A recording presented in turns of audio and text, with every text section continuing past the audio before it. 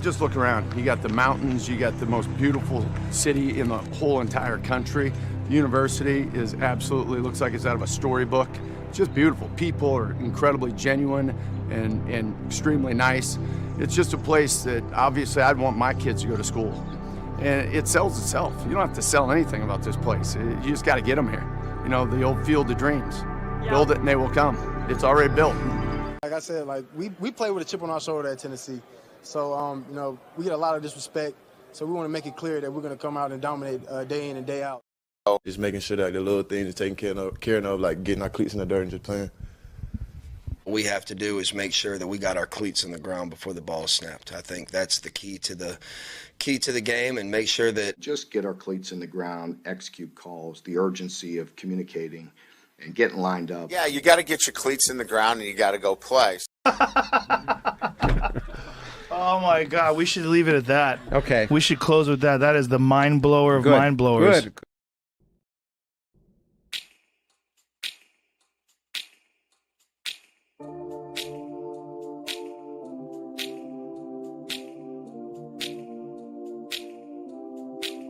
Do you remember when we fell in love? I remember, don't worry.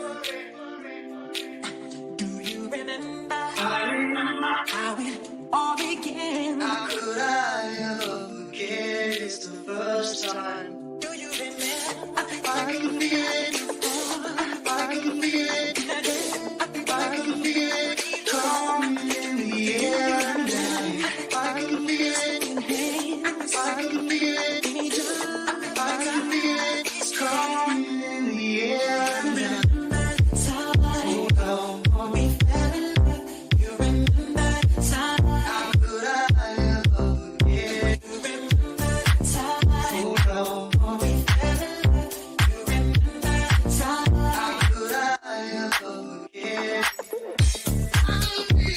Coming in the air now.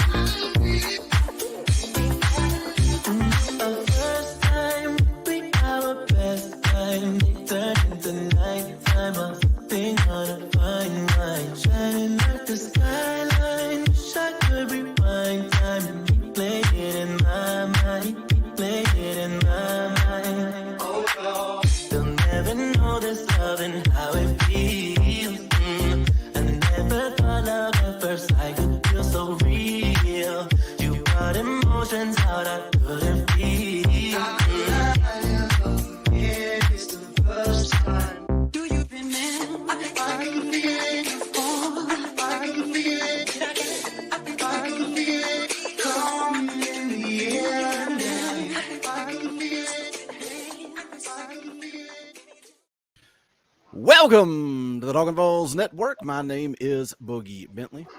And it's your true wingman X Factor here. The X Factor. I gotta sometimes gotta send up the bat signal, get the X Factor on here, talk a little football. Gonna be a fun show. We got Charlie Burris coming up here in just a second from A to Z Sports. You guys already know. You guys know who Charlie is. Zach was supposed to be here. Zach had some stuff come up, personal family stuff, so he's not going to be here. But hey, it's still going to be a fun show. We're going to hang out. We're going to talk about the orange and white game. We're going to talk about spring practice, maybe even talk a little bit about the NFL draft. But it's going to be a jam-packed show. You guys know what to do. Come in, smash the thumbs up. That's quick, free, and easy. Share the link out, blow it up, put it on Twitter, Instagram, Facebook, wherever you get social with your media. Put this thing out there and let's grow the chat. Let's have a fun show tonight. Let's see who is hanging out in the chat. There were some people here early. Rocky Top Tom was here at 4:30 in the afternoon and said, I've got 2.5 hours until this thing starts. Justin Sanday was here early. What is up? Dylan Elam was here. Early bird gets the worm. Smoky Mountain Serps in the house. Appreciate you guys hanging out early. DS4570 was here. Says, even though game day is 100 years away, what's that F? I don't know what that F means. They put that F. I don't know what that means. But, man, the thing is that I'm sad is that spring practice is almost over. John Hill for 5. Thank you for the super chat. Says, entry fee has been paid. Thank you, John. We appreciate that tip in the old tip jar. I see Big Vol Daddy is in the house. I see Seth. Seth dropping that entry fee as well. It's that time, folks. Appreciate the $5, Seth. Thank you for the super chat.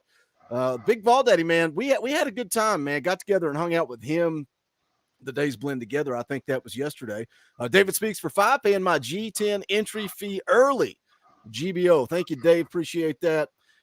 Yeah, hung out with Big Ball Daddy. Check this picture out. Post that on Facebook. Put it out there. The internet went nuts. BVD's he hates when I say this, but it's the truth, man. He's the OG. He is the original. He's been doing this a whole lot longer than I have, but it was good to get together, hang out with him in person.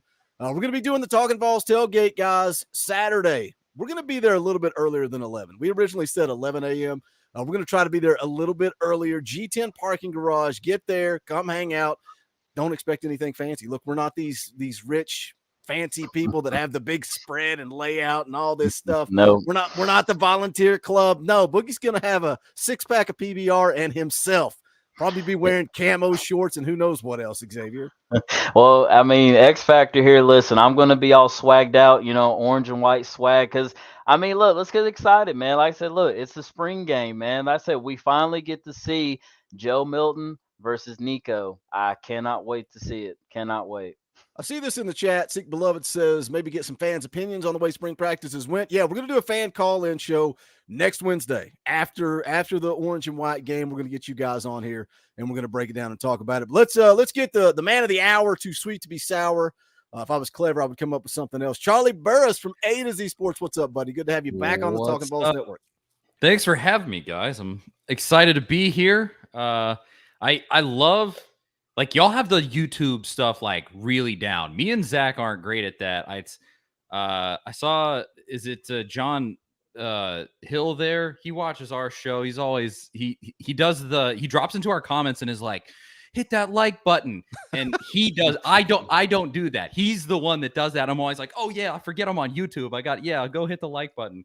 So I'm envious of you guys. I need to get better at that. So you're teaching me here as I'm watching. I don't know, man. Some people get mad at you. They're like, would you stop telling people to hit the like button? Would you please put on a Tennessee hat? Would you please stop plugging things? Shut up and get to the news. That's the comment that I had yesterday. Shut up and get to the news. So those are always fun. But look, man, I'm excited to get you on here and talk a little football. We're going to talk spring practice, NFL draft, all kinds of fun stuff. Arkansas Vol for 10. Thank you for the super chat. Since I missed Sunday, entry fee to the Boogie Woogie room for 2 nights. We appreciate that super chat, Arkansas Vol, regular listener of the channel, big time supporter. Appreciate that, my man. But Charlie, let's just jump right into it, man. Actually, no. I was going to throw a curveball at you, and I almost forgot. And then I saw it. I actually had notes. I had a couple of notes to remember what I was going to do around here. So Tennessee football Twitter put this up. What was it? Earlier today, I think. Yesterday says, what actor would play you in a movie? These are the football players coming off the practice field. Let's take a listen to what the football players had to say, and then we're going to have some fun with it. Let's take a listen. What actor would play you in a movie? I'm Mike Evans. Mike Epps, Jonathan Majors. You know what I mean? DiCaprio. It's not even a question, is it? No actor will play me in a movie. DC Young Fly out the bottom. Is it all? I was just playing, not DC Young Fly. Bro, on God, I've always been waiting for this question, bro. Morris Chestnut. Who else could play me? Morris Chestnut. You ugly. Listen, I swear, bro. The man with the blonde cut, the big boy with the thigh tattoo, man, the CEO of Could Have Been Records, man, your own Drewski. He cannot. Like, what? Drewski. He low-key could, though. Low-key. My name is Walter Hardwell White. This is Wheel for Rover Lane. I'll go Robbie. Wesley Snipes. Keanu Reeves got me. Let's go back to that one. Wesley Snipes. Keanu. How about that right there? Shamrod Umarov. It never really clicked with me until I watched this video, and I was like, Keanu Reeves is 100% Shamrod Umarov. Yeah, that's a good one. For sure. There's a couple more. Let's listen to these last few, and then we'll have some fun. Reeves got me. Either Snoop or my little bro. My little bro be acting. Go check him out. Brian Lee. I'll probably say Kevin Hart. Ice Cube, for sure. It's my twin. What is that? John Wick. I don't know the dude's name, but the dude from Wakanda. Like, whoa. That's great. I thought that was funny, man. I watched that. So let's put you on the spot, Charlie. Who you going? Who's playing you in a movie? Oh, I have the answer to this absolutely loaded up. When I was on Swain Event, I was, for folks that don't know the whole history of my career, I was a co-host of the Swain Event with Jason Swain for a couple of years. And when I was on there, we did video like this, and multiple times, a number of times, people were like, "You look exactly like Seth Rogen." And it's now, and most of those days I would show my hair. It looks like a rat's nest at the moment because I've been wearing a hat, but I would show my hair, and a whole bunch of people said that. And so I'll go with Seth Rogen because that was one that I got. I kid you not, like separate incidents, multiple times people said that when I was on that show. So that's what I'll say. You got to let the beard get a little bit more rough. Yes. You're too well groomed. And it was back then. It was back then. Mm-hmm. And like around the holidays and stuff, when I get lazy, that ends up happening. So You could play him low key. You were Charlie. You were way better than Seth Stokes. No, don't diss on Seth Stokes, dude. Seth's my boy. I highlighted that, and then I was like, "Oh, BBD's throwing insults at people while giving compliments at the same time." Hey, I thought he was saying something nice. That's what we do around here on the Talkin VAWLS Network. We compliment some and insult others. Some people hate us. That's fine. That's fine. I told who was it that I was telling? I told somebody recently. I was like, I just assume everybody hates me, and that's fine. If they do, that's fine. I'm going to keep doing what I do and stay true to myself. What do you got, X Factor? Who's playing you in a movie? Michael B. Jordan. I got Michael B. Jordan. I said because I love Creed. Like I said, Boogie. Like I said, I went to go see Creed 3 in theaters about a couple weeks ago or so. Some people have their different opinions about it, but knowing that Michael B. directed it on his own, he did a really good job with that. So I like Creed 3. Then also too, I'm a big Marvel guy too. He plays the villain Killmonger. Dude, he was great. He was perfect. Yes, he was an awesome villain. He's one of those villains that you root for. So, but for me, I definitely got to go with Michael B. Jordan. I don't have an answer. I really don't have an answer, but I saw. I'm gonna insult myself here. Let me pull this up here. I was watching. I don't know if a clip. Oh, it was a meme that popped up. It was a meme that popped up on. All right, let's just screen share here. It was a meme that popped up on Facebook, and I was like, man, if that dude put on an App State hat and some glasses, and he's just like an ugly dude, so maybe I'm just an ugly dude, and I can live with that. Look, I'm married with kids. I ain't got to impress anybody, man. I ain't got to impress anybody. I was like, man, you put an App State on him and some glasses, and I could just be the dude from Full Metal Jacket. That's tough. Private bio. I can live with that. I can live with it. Kenny Davis says the kid from Sandlot. I'm waiting on all the insults to come in. Look, I thought that'd be a fun way to start the show. I saw Vol Twitter put that out. It was good stuff. Let me catch up on some super chats here. John Hill for 10 says, welcome Charlie, Talkin VAWLS, and A to Z, two of my favorite shows, by the way.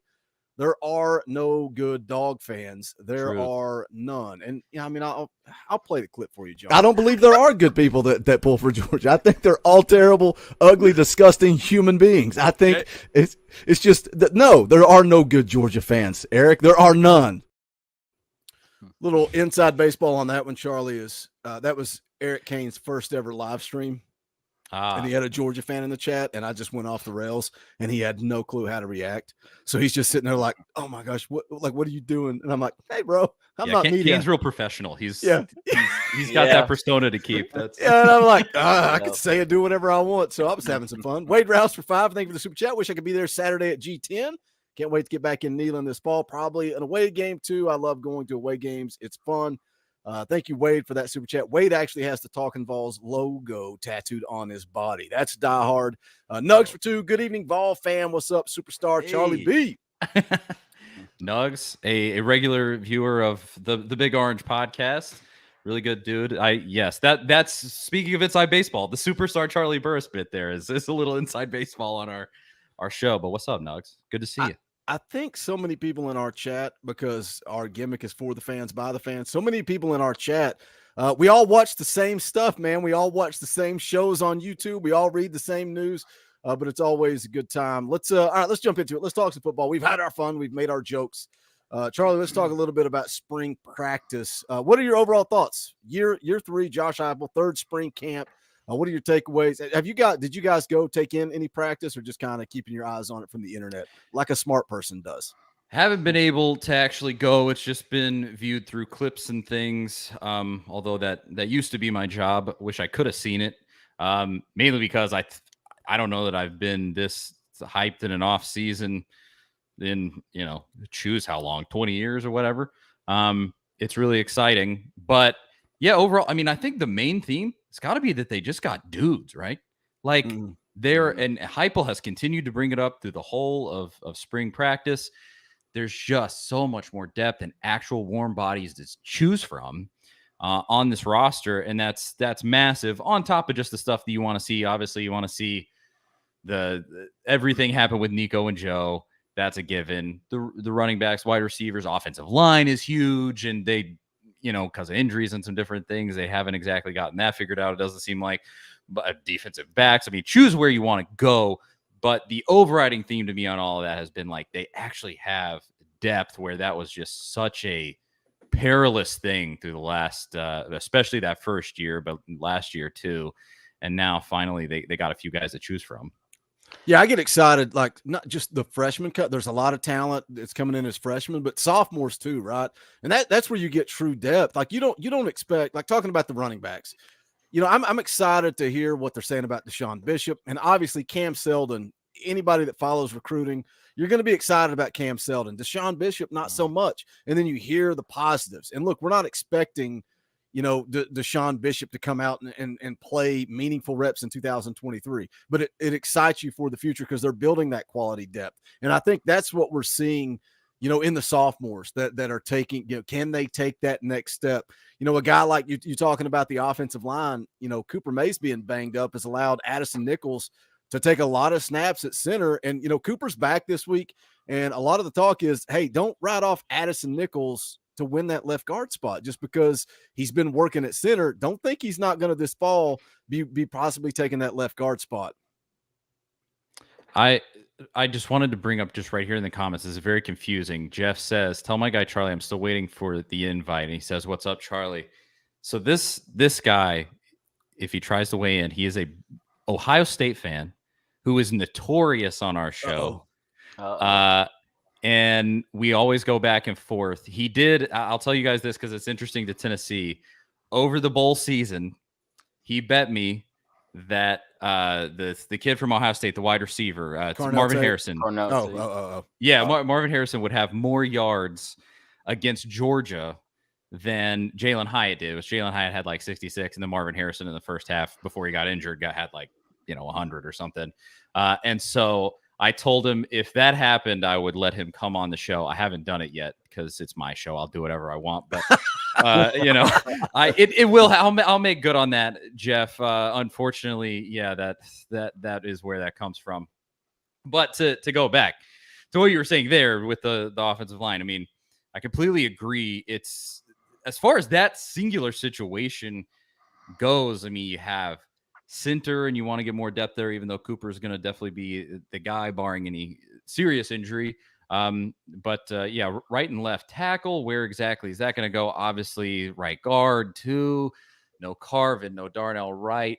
And are they going to shave down the left tackle spot to one dude instead of splitting it like last year? I mean, there's so much to kind of see, and it is always hard to spring practice session. Like you're not going to pull away anything real concrete from this, but there is a lot to talk about, and hopefully we can get a little more ironed out with this spring game. Of course, we don't know what the way that they're going to conduct it either. With the spring game, is it going to be like the old Butch ones where the score is like 350 to 200 or whatever? My chiropractor he's a Tennessee fan. He listens to the show, and every time I go in, I was in there this past week, and he's like, "What's the format going to be?" And I was like, "I'm assuming it's going to be ones versus ones, twos versus twos, straight up football." Like Butch was so convoluted. It's like, what is like nobody knows what the score is or what it means or. No, I think it's going to be. Just run it. Hey, just run it up and play football. That's right. Please. Line up and play football. That's all. That's all we want to see. Yep. That's all we want to see. It's so funny. Like, and I get excited, man. I'm a Tennessee fan, and my favorite thing to say to people, why are you talking about this? Well, because I get paid to talk about it. That's why. Because it's my job to talk about Tennessee football. And it's like when you talk about the spring game in itself, people are like, it doesn't matter. Just come out healthy. That's all. It's like, man. You must be a miserable human being. Like, can you not come up with something that you're excited to see in the spring game or in spring practice, right? It's fun. It's fun. Because what this is like I said, it's a big sneak peek to what we're going to get to next season. So I mean, yeah, like this is very exciting. In a way, it's kind of like, we're going to see like what the offensive line is looking like. We're going to see, we're basically going to see everything: offensive line, defensive line. Going to see with the wide receivers, the running backs, and then the biggest seller of them all is Nico versus Joe. I mean, that's really the big key seller. And like you said in your video from earlier, Boog, I mean, ticket sales are really, really shooting up, and that's man, that's big. That's very big for us. Here's my main question to your point there. What's gonna happen? What's gonna be this off-season discussion if Nico like looks amazing in this spring game? Like the one time where he can show it and it's not just in these short little clips on YouTube. Like, what if he looks like really good and we have to have all those conversations of like, well, what maybe Well, we're gonna have them. We're gonna Well, have them. it's funny you said that, Charlie, because like I said, because so we did, a show actually, about a couple days ago that we actually talked about this discussion. Like how short is Joe Milton's leash? Because see now me and one of the previous shows, I've even said that. Look, I love Joe. I'm rooting for Joe 100,000%. But for me personally, I'm gonna give Joe at least to that Florida game. If I start seeing him overthrowing receivers, being the Joe that we seen back in, 2021, I'm just gonna just kind of scratch my head and just be like, I think it's time. I mean, I love you, and like I said, I mean, he's got my support no matter what happens. But I just think it's time. So, but yeah, but that. So, what do you think's the leash going to be for him coming this upcoming season? I'm probably right there with you because I think you're gonna sail all the way. You should. I'll put it this way: you Right. should Yes. sail all the way to the Florida game. I mean, that Virginia team is probably going to be pretty rancid. Yes. And so you get to that Florida game, see how he plays in the swamp. I don't know that I would pull the trigger if he plays bad there. I mean, That's the big one. yeah, I mean Yeah. that place is cursed for us. Even when we're about to win that game, we end up not winning the game, and so I might go maybe 1-2 more games beyond that if he continues to look bad to that point. But I've said it this whole offseason so far. Just please, please, please just let him look awesome. Just let him be that dude. Let it be a Heisman campaign for this guy so that it can be the perfect transition from him into the guy of the future. And then now you picked up the guy after Nico even this past week. Like that obviously that's a little pie in the sky, but I also thought 11-2 from this past season was pie in the sky, and here we are. So, it would just be nice to see him. I watched him breakdown video with, speaking of Eric Kane, I watched that video that they posted this week of him breaking down the video from the Orange Bowl that they posted. And I mean, he seems like he could essentially be a coach for Tennessee at this point. I mean, good Lord, at this point, like he should know absolutely everything inside, outside. Him and Heupel should almost be sharing a brain at this point. So I hope that all of that translates into great play. But yeah, I mean, I'm with you. If it has to be a Kelly Bryant situation, so be it. Because I want the best guy to be out there winning football games for Tennessee. I got to address this one because it comes up all the time. Y'all already talking about Joe sucking. Tennessee fans just beg for. No, we're just having a conversation, man. Like that's we're just talking. It's April the 12th. We got a long way till football. We're just talking. Like what if? What are the circumstances? And it's when we talk about the spring game, go back to what I don't even remember what year it was. 2 years ago, Harrison Bailey and Jack Jancic.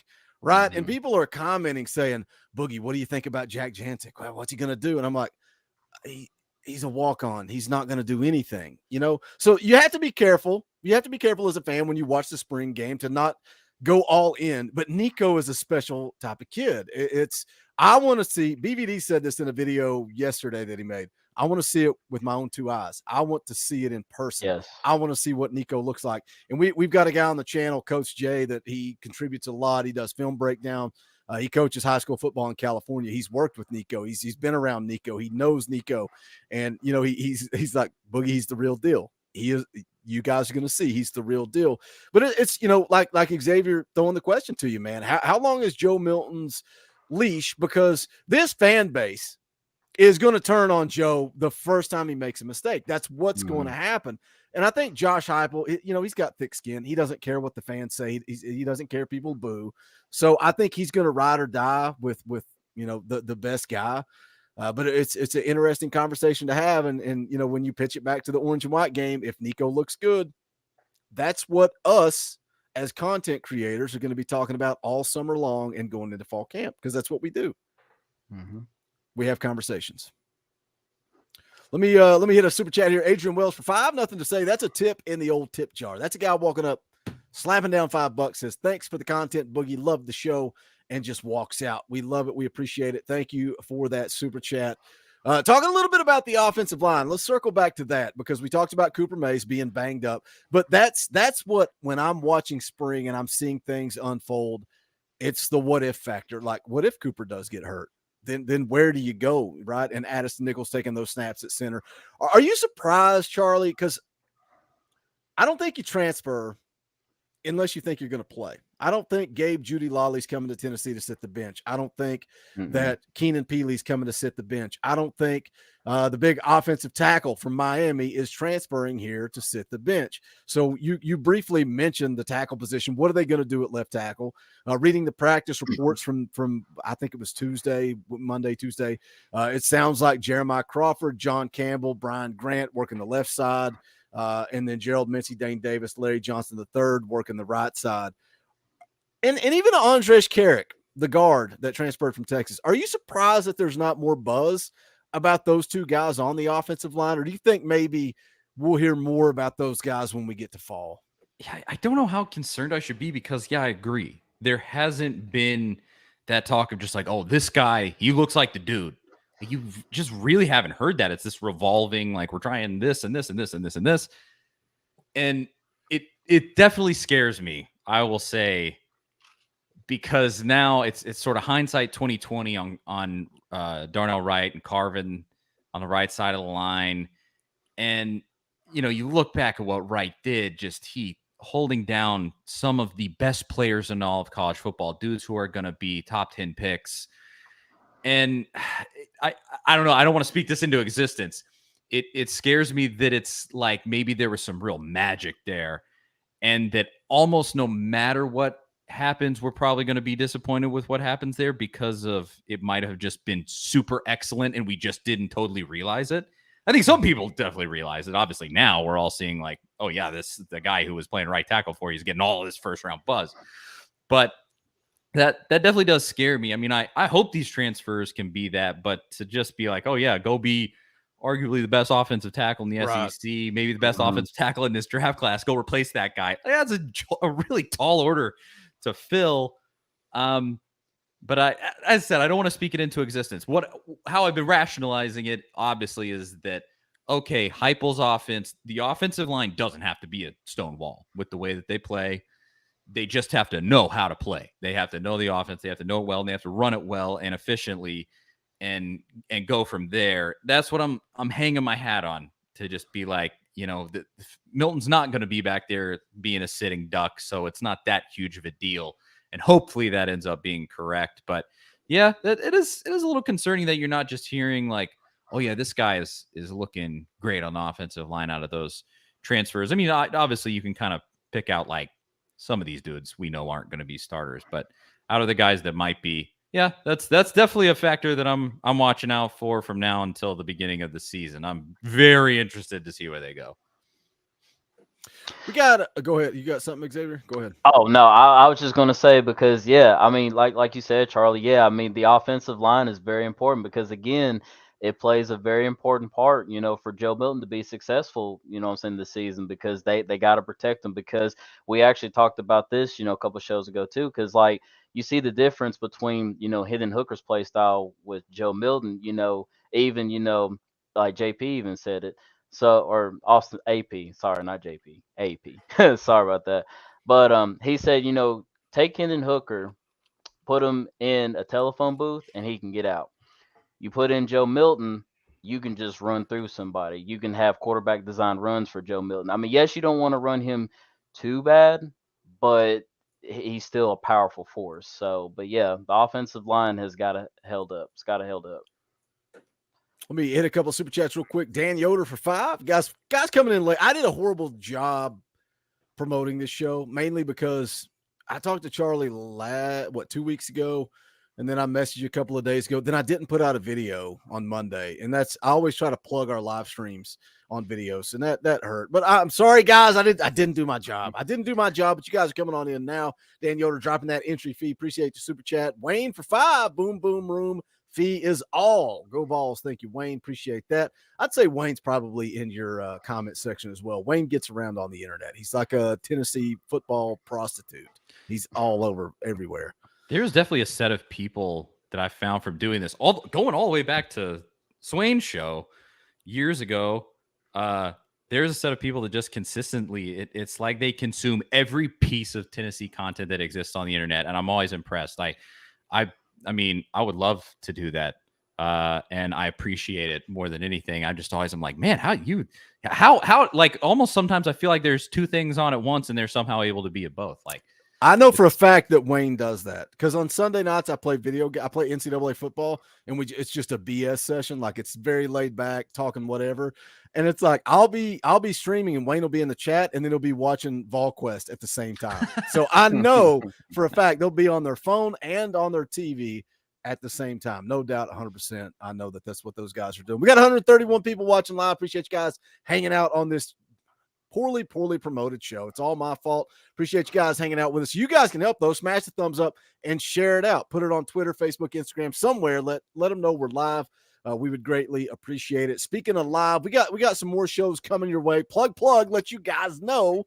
We're doing the tailgate show on Saturday at the Orange and White game. We'll be there a little bit earlier than 11, but come hang out with us at the G10 parking garage. We'll hang out all the way up to kickoff, go in, watch the game. Should be a good time. Myself and BVD are going to be going live on Monday morning, 9 a.m. to talk about it. We're going to talk about all the breakdown, everything that we saw with our own two eyes, but also, Charlie, you guys are going to be going live right after the Orange and White game on Saturday as well.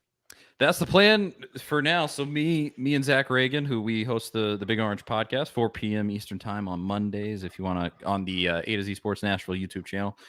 We will both, for some reason, UT's administration decided to give us press passes. May God have mercy on their soul. I don't know why they did that, but we will be there, and we're going to be live streaming. We're not sure yet, from the field, from the press box, wherever they let us do it, frankly, is where it's going to be. And yeah, so we'll have a live report. Hopefully, again, we don't totally know the setup, but hopefully they let us actually go down on the field. Also, we should be there for player interviews. That might affect the time that it actually happens. That might mean it's not exactly right after. It's gonna be a little play it by ear.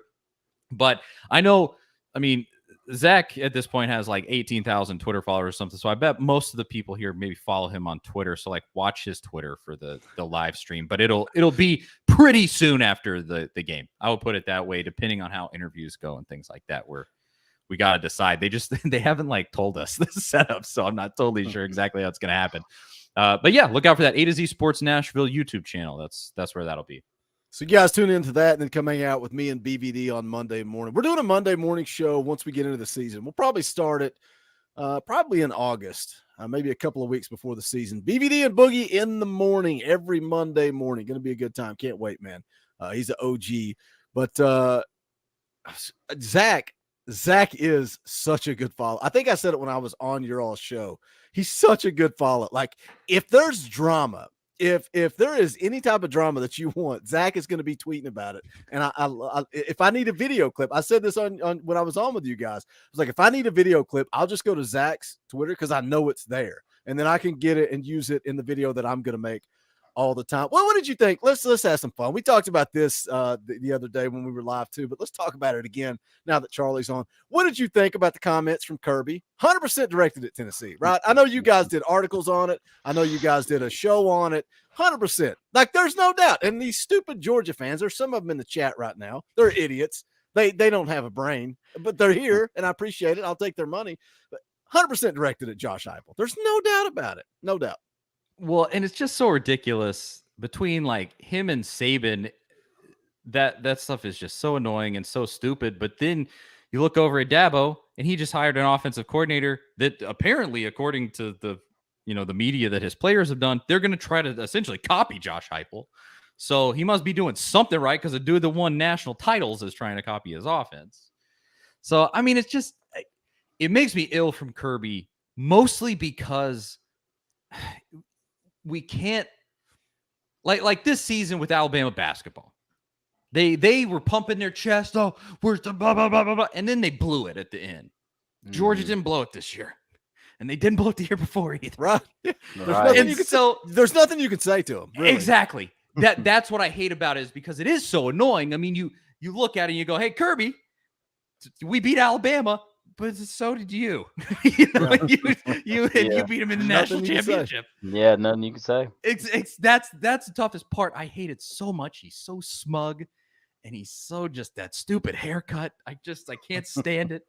And I was making a video on his comments, and I was like, he made that a smug, and I was like, look at this idiot's face. And you guys wonder why I hate this man. You wonder, like, he's such I can't stand the guy. And then they're going into this season, and they're playing like the squishiest schedule. Yes. Everything about Georgia at this point is just so annoying. And one that I always bring up with them too is that, like, the rest of their athletic department sucks. They're not good at like any other sports. And I don't know how they're doing in baseball. Are they decent? I honestly couldn't tell you. But like basketball sucks. You don't ever hear about them in women's basketball. You don't hear about them in baseball. Football is the only thing. If we could just eliminate them there, they're completely irrelevant. Like, we're closing the gap, though. I'm telling you, we're closing the gap. And I thought it was funny because one of these idiot Georgia fans commented, and they like to tell me about the analytics of YouTube, and the only reason I'm getting clicks, I'm like, bro, I do this for a living. Thanks for explaining analytics to me, because I didn't understand how it worked. But I appreciate you, random Georgia fan. But it's like I had one of them trying to tell me, that Josh Heupel's scheme doesn't work. He's like, it doesn't work. The scheme doesn't work. Like, we shut it down. Kirby Smart shut it down. And then he changed gears, and he was like talking about talent level. And it's like, you're never going to compete with Georgia until you're on our level talent-wise. And I'm like, you're arguing with yourself, bro. Like, I don't even need to respond to you because you're arguing with yourself. So what happens when the number one offense in the country has legitimate dudes? Because it's coming, guys. It's coming. Like, they are doing a really good job in recruiting. So things are about to change. What happens? You give Josh Heupel that Georgia roster, and you give Kirby Smart the Tennessee roster. What's the score of that game? It ain't even close. And also, I want to say too, Charlie, so we talked about it before. So for you, like I said, what is the expectations of this year with this roster? Oof. I honestly don't know at this point. I mean, I'm definitely expecting the offense to still be top 10 in America. I mean, you got to think. I mean, Milton looked good, and the set of wide receivers is not taking a giant step off a cliff. Don't know about the offensive line, but like the defense should be better theoretically. And so you take those two things, maybe a little less on offense, but better on defense. I mean, I would go 9 wins minimum, right? Like that's where you gotta. That's where I'm at too. Yeah, because you were so ahead of schedule in that second season that you have to take that into account. You go like, this dude worked a miracle in year 2. He did. And you can't just expect that to recreate itself, especially when you have to go to Tuscaloosa, to the swamp, and do some of these things that would be just a miracle on top of a miracle, Not winning in the swamp as much, but winning in Tuscaloosa would just be insane. So I mean, I got to set them realistically. Probably, 9 as of right now. Seems the most realistic, right? Yeah, that's where I'm at too. Because like I said, it's either 9 wins, and the legitimate question is because Hendon Hooker and Josh Heupel had the joke last season, like let's go to Atlanta. Let's do it.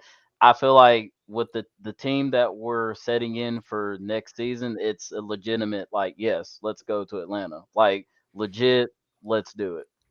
Yeah, because all the freshmen we're talking about, the sophomores we're talking about, they're moving into that. Instead of depth, they're the contributors now.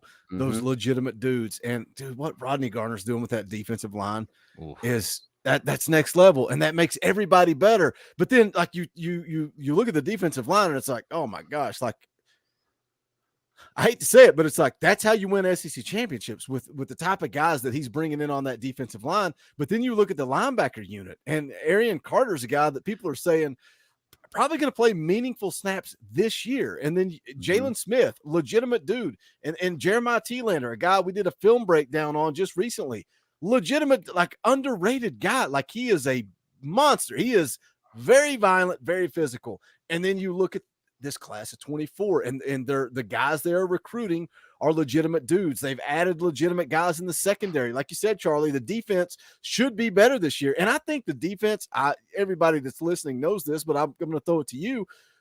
The defense wasn't as bad last year as people think it was. Like you take out the South Carolina game, and I know if ands and buts, like, right. Oh, you take away the South Carolina game where you look like absolute trash and gave up 60 points. Yeah, that's easy for me to say, right? But you take that game out, and then even the Alabama game, even though that's a W, that's 50 points. You take those two out, Tennessee's still, I can't remember the number. I think like 36th nationally in points per game defensively. That is a step from year one. Can you take another step from year 2 to year 3? I think the defense is going to be much improved going into this year.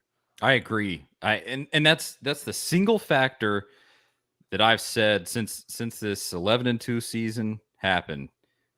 Like that has got to be the thing that keeps other SEC teams up at night as far as Tennessee is concerned. Obviously, Tennessee, even through all the darkest times of the last 15 years, has always had the ridiculously amazing fan base, all of the resources, all of the donors, all of the money, all of the things that they needed to be a powerhouse.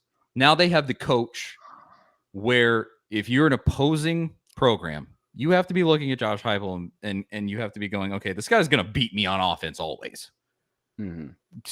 Like, Lord help me if this guy finds a defense. That's where I think it gets really scary for, especially if you're, the guy at South Carolina, the guy at Kentucky. If you're them and you're staring this down, you're going, okay, well, I just lost my chance to beat, or Napier at Florida. You kind of go like, okay, I probably just lost my chance to be second in the SEC East at a minimum. They're like, if he could set it up like that, it should easily just be, well, I don't know what the setup will be going forward, I guess, but it should easily be, if it was going to continue to be the SEC East, it should be Tennessee and Georgia. That's what it should be if you can find a defense. Yeah, that's the level that this team should be at with Josh Heupel consistently, because I think even if people quote unquote figure out this offense, I don't think they're gonna, unless the rules of the game change, which of course the NCAA is always a possibility. Yeah. Always a possibility. Yeah. But unless that happens, I don't see that happening. But you take that into account and you go like, this program is set up to be right there, and if they can get that elite talent, it's all there for them. Now, how do you do that? I mean, we actually talked about that on our show this week because of the recruits coming in. I like these recruits that they got this past week, but there's still these 3-star guys who are sort of that, okay, it's a diamond in the rough. Give him a year. He's probably going to be a 4-star. He's probably, he's going to climb up those recruiting rankings. That's great. I like that. But at a certain point, you have to get on Georgia's level. You have to. Yeah. That's how Tennessee won a national title. That's how stars aren't everything, but who works out more in the long run? 5 stars or 3 stars, right? Right. Yeah. And also too, Charlie, like it goes to, like I said, because I don't know if you've seen the episode that what Josh Pate did when he was talking about our odds of winning a national championship. He was talking about, of course, you got Georgia at the top, and then you got second Alabama, but that third spot they were talking about LSU, and then they put us right in that 4th spot. So how do you really feel about that? I would say that's probably about right. LSU, because of their proximity to Texas and some things like that, they have some advantages recruiting wise. I mean, Tennessee is just always going to bang its head up against Georgia at this point, because so many of the great dudes on that national title team, they were from Georgia. And Tennessee in the brightest days of Fulmer's tenure, I mean, we were just picking whoever we wanted out of the state of Georgia. It's such a talent-rich state. So you're always going to be fighting that. Now you're going to be fighting Beamer in South Carolina. There were a lot of great players from South Carolina back in those days too, and Clemson too, obviously. Although you're starting to turn the tide on that one. You're really starting to turn the tide on losing to Clemson constantly in recruiting battles, thankfully. But you just don't have some of the advantages that a team like LSU tends to have, and a team like Alabama, who now has all these built-in national championships and stuff behind them, they're going to have those advantages of just being able to go like, here's our trophy case. Tennessee can't do that right now. So it's eventually going to have to come down to, you got to beat Kirby. To me, that's the dividing line. Can you beat this dude? And I think you can, because this guy goes out and it seems like every single year he has some just absolute stinker. This season, that team was so good. And the season before with the defense, they were so good that even when those stinkers happened, you know, it was in the SEC championship game against Alabama in that first national championship year. This past season, it was at Missouri, you know, and Missouri just sucked. And so he was able to overcome those. But every year he has one of those. Have that be against you in Neyland Stadium this coming year and win that game. And then you can look a recruit in the face and be like, we just beat this team. Do you not want to come play for us? And I feel like that's where things could shift, where Tennessee, like if Tennessee did that, in my mind, that's automatically they're in that third spot. Kind of like beating Alabama, right? Last year was so big. Now, if you can swap it this year and lose to Alabama, and you can sell it while we were on the road, and then beat Georgia like that's the game, man. The games that are circled on the calendar when you look at the schedule, it's South Carolina, because that's your revenge game. And then it's Georgia, man. That game is circled on my calendar, and everybody knows I hate Georgia. But when you look at the schedule, like, you know, you were talking about it earlier when we were talking about Joe Milton and Nico, like the start of the season, Virginia, Austin Peay, those are 2 wins. Florida, like that's not a gimme. So many people in this fan base think that Florida game is an automatic win because we beat them last year in a dominant fashion, even though make you nervous down the stretch, because that's what they do. Some people want to sell UTSA as a tough game. Nope. If that's a tough game, then we got big time problems. That's a Georgia State type of game. Josh Heupel loses that, I'm going to be comparing him to Jeremy Pruitt and raise red flags. South Carolina, that's a revenge beatdown in Neyland Stadium. That is going to be domination in Neyland Stadium. That's an ass whooping. An ass whooping is coming South Carolina's way. As I wear a shirt that says "Pray" on it, I'm going to throw out some vulgarity, but it is what it is, man. Texas A&M, we'll see. I don't know what to expect from Jimbo. He always does less with more, so we'll see. But at Alabama, that's a tough one. I'll trade that for a win over Georgia in Neyland Stadium. And going back to Florida, Boogie, in my book, I'm not saying it's an easy dub, but it's a dub. Because you have to start putting a beat down on Florida. And Charlie, like you said, I know that we're cursed down there. We've been cursed there for a long time, but it's time to turn the page. I believe that this team is more talented than Florida right now. And plus, like I said, with their recruiting going on down there, it's not really doing so hot right now. This is the perfect time to start beating down on Florida. How do you feel about it? The thing I always bring up in this conversation is that, what would it be at this point? 8 years ago when Barnes showed up for the basketball team, never in my wildest dreams did I think that we would regularly go to Rupp Arena and beat Kentucky. On top of that, I never thought that we would go into the SEC tournament where Kentucky fans just take that entire building over every year and beat them on multiple occasions to go to a championship game in the SEC. Never would I think that would happen, but it did. And so it feels very close to equivalent here with Florida. It's not as cursed. You had an easier time beating Kentucky. You also played them more. You played them twice a year compared to once a year, right? With Florida in football, but you know, I just look at that situation and I say I never thought that was going to happen as long as Calipari was still there. And now you have Florida just in the perfect, most vulnerable position. You're recruiting better than they are. You have a far better coach than they do. You have more success, more everything working in your favor. It's time to take that whole thing back. It is beyond time. And so I won't lie. It's going to be a tough win. But if they lose in the swamp, it's going to be a tough one to swallow. I'm going to be beyond dejected because, it's right there on a tee for you. They don't have a quarterback. Who are they? Graham, whatever. Neither does Georgia. Yeah. Georgia's true. I mean, they've got some talent. If you want to look at stars and rankings and all that stuff, they got some talent. And let's be honest, Alabama, they really don't have a true quarterback. So with the quarterback position with some of these teams that we're going to play next season, there's a lot of question marks. It's not just us, with our offensive line and the Nico versus, Joe. There's some question marks on other different teams too. So But I like think Charlie said earlier with Joe, it's like you're talking about a grown man. Like Joe Milton's like 42 years old. He's been in college for 17 years. He's been in Heupel's offense. He knows the scheme. Like versus you're talking about upcoming freshman and sophomore who's going to win the battle. That's a different story. And battered ball syndrome's real, and I'm suffering through it too. I'm like, oh, it's going to be the worst Joe ever. Even though I'm the biggest Joe Milton supporter on the planet, I'm like, oh, we're going to get the worst Joe because that's what always happens to us. Let me jam some super chats, and then look, we've talked about it. We're 50 minutes in. I'm like, man, I got like 3 things on the agenda, and it's been a great conversation. X Factor's been a great wingman, having great conversation with Charlie. So we're going to jump into the NFL draft, but I want to hit some super chats real quick. Logan Brandon for 5 says late entry fee. Kirby Snart cusses at Chick-fil-A employees. Yeah, he's got the type of haircut. Like he is the male version of a Karen.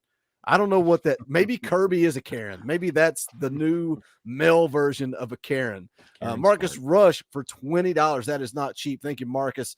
Appreciate the super chat. Tip-a-dee-doo-dah, tip-a-dee-day. Ready to see Milton throw a laser beam to Dante. Now you're speaking my language, Marcus. That's my guy. My guy is Dante Thornton. I cannot wait. Thank you for the very generous super chat. David Franklin for $20. That ain't y'all being generous tonight. Y'all showing out in front of Charlie's what y'all are doing. Says super late entry fee, and I owed for the last one. Appreciate that. Charlie, the gimmick is I didn't say anybody needed to pay an entry fee. Somebody in the chat said you guys need to pay an entry fee, and now everybody feels like they need to pay an entry fee to come into the show. So I appreciate that. We got about 150 people watching. Do that guys. on my show. Yeah. Hey, you got to get the right people to shill for you. You don't do it yourself. Let them shill, and you reap the benefits. But we got a great community around here. I'm grateful, man. Say it all the time. I am grateful and blessed to come on here and talk about Tennessee football on YouTube as a career. Like sometimes you got to step back and say, hey, I never wake up and say, I hate my job. I love it every single day. So I'm grateful to the chat and the community that we're building around here. Appreciate you guys dropping the super chats. We got about 150 people watching. Hit that thumbs up, share the thing out. People can watch the replay. I'm sure they'll come in and see it and catch that replay tomorrow morning. But let's skip ahead. I wanted to get really into the spring game. We kind of touched on it, spring practice, all that stuff. Let's talk about the NFL draft. And I want you guys in the chat. And if you're watching the replay, put it in the comments. We do a watch party once a month. And it's part of the membership perks. And you can be a member of this channel. You can hit the join button down below. It's as little as $1. Or if you want to be a part of the watch party enthusiast here, you can give a little bit more. We do a watch party once a month, whether we watch a basketball game, football game, baseball game. We watch an old rerun or something. We watch the Super Bowl together. We always do fun stuff. So I'm pitching it to you guys. Do you want to do a watch party? I was thinking about doing the 98 National Championship. Maybe we push that off to May and we do the NFL draft. Maybe we watch the NFL draft live as a watch party. If you guys want it, put it in the chat, put it in the comment section, and let me know. But Charlie, we got some a potential to have some first round draft picks, and you guys over at AtoZ Sports do a good job covering the Titans, covering the NFL. That ain't my jam. I'm all college football. Tighten up. I'm a Titans fan. Tighten up. Go. There you go. Yes, there you go. yes, What do you think about the guys coming out, where Tennessee's at? What does the NFL draft round 1, round 2 look like for Tennessee?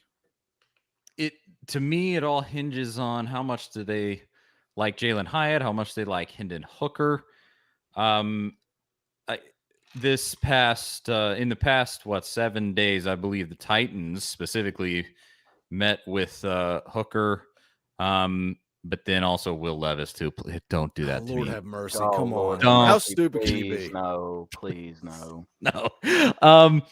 But it does seem like Hooker has really impressed. Obviously, he can't actually work out for these teams. Although some video came out this week of him, like he really has progressed. He's able to like stand on that leg now and some different things. Still going through therapy, of course, but he can't show that, so they can only watch the tape. But it just seems like he goes into these interviews and things and just really shines. It just seems to be such a thing that he excels at, which is amazing. And I feel like that's such a huge thing, right?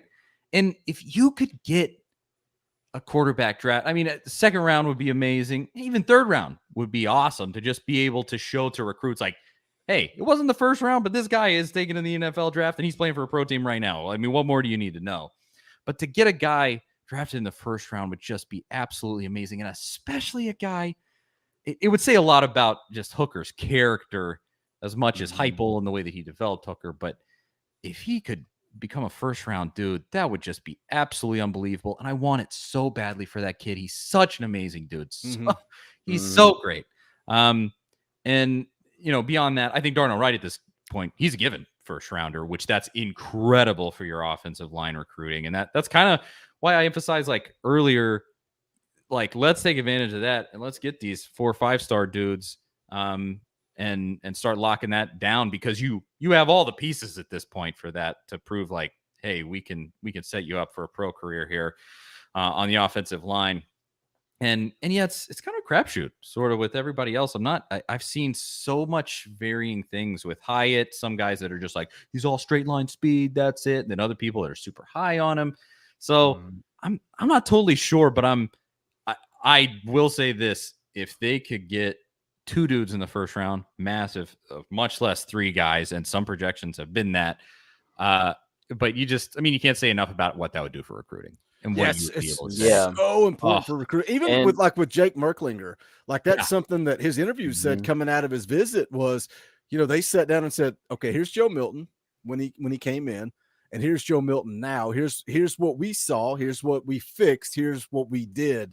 And they did the same thing with Hooker. And they showed the film, and tape doesn't lie. And when you're showing that to Jake Merklinger out of Georgia, and then conveniently shortly after that, Kirby Smart's smarting off and talking about quarterbacks, and that's weird. That's weird how that happened, you stupid Georgia fans. But it's like, I saw the Mel Kiper mock draft that came out just recently, and it had Darnell Wright going 9th to the Bears, and then he had the Seahawks trading with the Eagles to take Hendon Hooker 30th overall, which is why I'm thinking about doing the watch party, because like you said, Charlie, if you get 2 guys in that first round, that is huge for recruiting. And I think Glenn Ellerbe, I think he truly develops talent well. And it's kind of like, what's the miss with recruiting? Like, I always go back to the 4 offensive tackles: Francis, Shamrod, Umarov, Stanton Ramel, and Lucas Simmons. You wanted to get 2 of those dudes, and you got 1. Like, is something going on the recruiting trail with Glenn Ellerbe? Was there question marks? But the more guys you put in the league, like Darnell Wright, Charlie, the more success you're going to have on the recruiting trail. Yeah, at a certain point, that just speaks for itself. There's so many moving pieces in recruiting, and you just never know. I mean, maybe Ellerbe is not just like a banging down the doors, going to every high school game, doing. He might just not be that type of dude, and that can be detrimental. I'm not saying it is. That can just be a factor, because there are just some coaches that don't have the energy to do that whole just like, oh, I gotta text this kid, I gotta DM this kid, I gotta call him, I gotta do his Georgia showed up at his school today, so I gotta give him a call. But there are just some coaches that don't like doing that. And I would say almost at this point, if that's the case, don't coach college football. It's not the place for you. But I don't know if Ellerbe is that way at all. I have no idea. But if that is the case, at a certain point, the development that he showed and the guys that he's putting through there, because, I think Carvin too has the chance to kind of be a sneaky good dude. He may not get taken high in the draft, but I think he could really carve himself out a spot in the NFL. And if he can just put his nose to the grindstone. So at a certain point, that'll speak for itself. So when does that hit? That's been my question. Right, that is true. And well, I said, going back to the quarterback situation, if you already seen it, like Boogie played in the clip earlier, Hendon Hooker's already recruiting for Tennessee, because like he got up on the podium and he was just like, yeah, at Tennessee, we play with a chip on the shoulder. He's letting them know, like last season, like, yeah, like that's how we competed all season. But going to back to the Titans real quick, what do you think they're going to do with Ryan Tannehill? Oh, Xavier's like, I'm gonna go ahead and take this opportunity to talk some NFL with somebody. Yes, I mean, of course. They should have gotten rid of him and taken Tom Brady a few years ago. Is what should they like? Tom Brady should have retired at Titan. That's what should have happened. Look, I'm right there with you. And listen, look, I respect Tom as the GOAT. I really, really, truly do. I'm not the biggest fan of him, of course, for obvious reasons in the past. But you got to give credit where credit is due, man. And yes, when that conversation happened years ago, I was just like, listen, I'm taking a Tom Brady. I was all Brady. I mean, yeah, all Brady. And then now it's funny now because see, with the whole Aaron Rodgers situation going on, last season I was kind of all for it, but then when I seen how many pieces we had to sacrifice just to get him, I'm like, no, I don't want him. I don't want him. Yeah, that one's a little more risky. He's not the goat of goats like Brady is. I mean, Right. you look like the Titans would have been better than the Super Bowl team Brady had in Tampa. Like the general talent there. I mean, with AJ Brown and that defense, like give me a break. Yeah. Anywho, with Tannehill, because that's the reality that we actually have to live in. I think they're probably going to keep him and essentially tank this season. That's just what it feels like. I think they're going to phone it in, go for Caleb Williams next year. Yeah, I had to get your honest opinion about that, man, because That's my man, feeling. and I hate it, man, because listen, I love Derrick Henry, man. I love him. He is our offense. I mean, let's be honest. When you mention Titans, you think of Derrick Henry, but it's just he's such a talented running back that he's kind of a waste of time with us, and I hate that because I want him to win a ring so bad with us. But if we don't have the wide receivers and just the offense to relieve some of the pressure off of him, we're not going anywhere. Absolutely. I completely agree. Well, we don't have to keep we don't have to keep going down the NFL road. I will though, believe me. I can take myself off the stream if you guys want to. Turn it into talking Titans. Whatever. They want. All right, back to the balls. Wayne for $10. Thank you for the super chat. Says here's a dime sack for Charlie. Charlie, send me your address. I'll mail you the $10 check. Thank you, Wayne. Appreciate the super chat, buddy. Hey, we're gonna wrap this thing up. I told Charlie we'd go an hour. Appreciate you coming on, hanging out. You were a 2-man show today. You filled the gap for you and Zach both. I hope Zach's doing well. We'll get you guys back on. I'm looking forward to collaborating. We got to do some collaboration once we get into the season. Everybody in the chat, like I said, they're bouncing around everywhere here and your show and all over the place, BVD show. So I appreciate you coming on. Again, give us the plugs. I know Charlie_Burris on Twitter, Zach TNT on Twitter. Give us all the plugs, Shills, what you got coming up over at AtoZ Sports. Absolutely. So it's the Big Orange Podcast on the AtoZ Sports Nashville YouTube channel is where you can find that. We do the show live on Mondays at 4 p.m. You can tune in there. That may be changing soon to make the show a little more in a more like you would say viewable time slot, but that's not finalized yet. But as of now, Mondays, 4 p.m. Eastern time, and it's live just like this. Come hang out with us, comment, do the whole thing. And then we also on that same AtoZ Sports Nashville YouTube channel, we post clips of the show there. And then me and Zach also a lot of the time do a midweek show. We may be doing one tomorrow. I'm not totally sure. Maybe have a midweek show on certain weeks. And that's one of the best things that we've started doing. This is how we connected with Boogie was on that midweek show. We started having guests on, and that's how we made this happen originally. So that's been awesome. So look out for those there. And then, Zach and I, as I mentioned earlier, for some reason, they decided to give us press passes to this orange and white game. So we'll be in the press box there doing a live stream after the game. So look out for that. And again, that'll be AtoZ Sports Nashville. It's on my hat. There it is right there. AtoZ Sports Nashville YouTube channel. Just subscribe there. And then after the orange and white game, just look out for our live stream there and come hang out with us. I love it, man. You guys will dig what Charlie and Zach do. If you've not already checked them out, go check them out. They may be media. They may have a media pass, but they're a little rogue like we are. They're hated like we are, and that's great. I always have to explain because, some people really don't like that. Like, oh, you're all media. I grew up in Knoxville. I went to the University of Tennessee. I bleed the orangiest orange blood. So And you can tell if you follow me on Twitter, you can tell how emotional I am about Tennessee. As much as people love Zach's Twitter account, there are plenty of people that hate my Twitter account. So I like it that way. That's I would have it no other way. I do it to weed people out. But no, this was amazing, guys. I really, really appreciate the invite. This has been awesome. Always enjoy it, man. Go check them out, AtoZ Sports. Don't forget, me and BVD will be live Monday morning, 9 a.m., breaking down the orange and white game. I'll be live Sunday night, 6:30, playing video games and telling stupid jokes, and who knows what will happen. It's always complete chaos. It's always a blast. Appreciate you guys tuning in. Smash the thumbs up on the way out the door. Go check out the merch. The links are in the description below. Hope to see you guys at the orange and white game tailgate. G10 parking garage around 11 a.m., probably more like 10 a.m. Wink, wink. Probably more like 10 a.m. But come hang out, man. Have a beer with us. Shoot the bull with us. It's going to be a good time. But we're going to wrap this thing up. For the X Factor, for Charlie Burris, my name is Boogie Bentley. This is the Talkin VAWLS Network. Go Big Orange. That's all.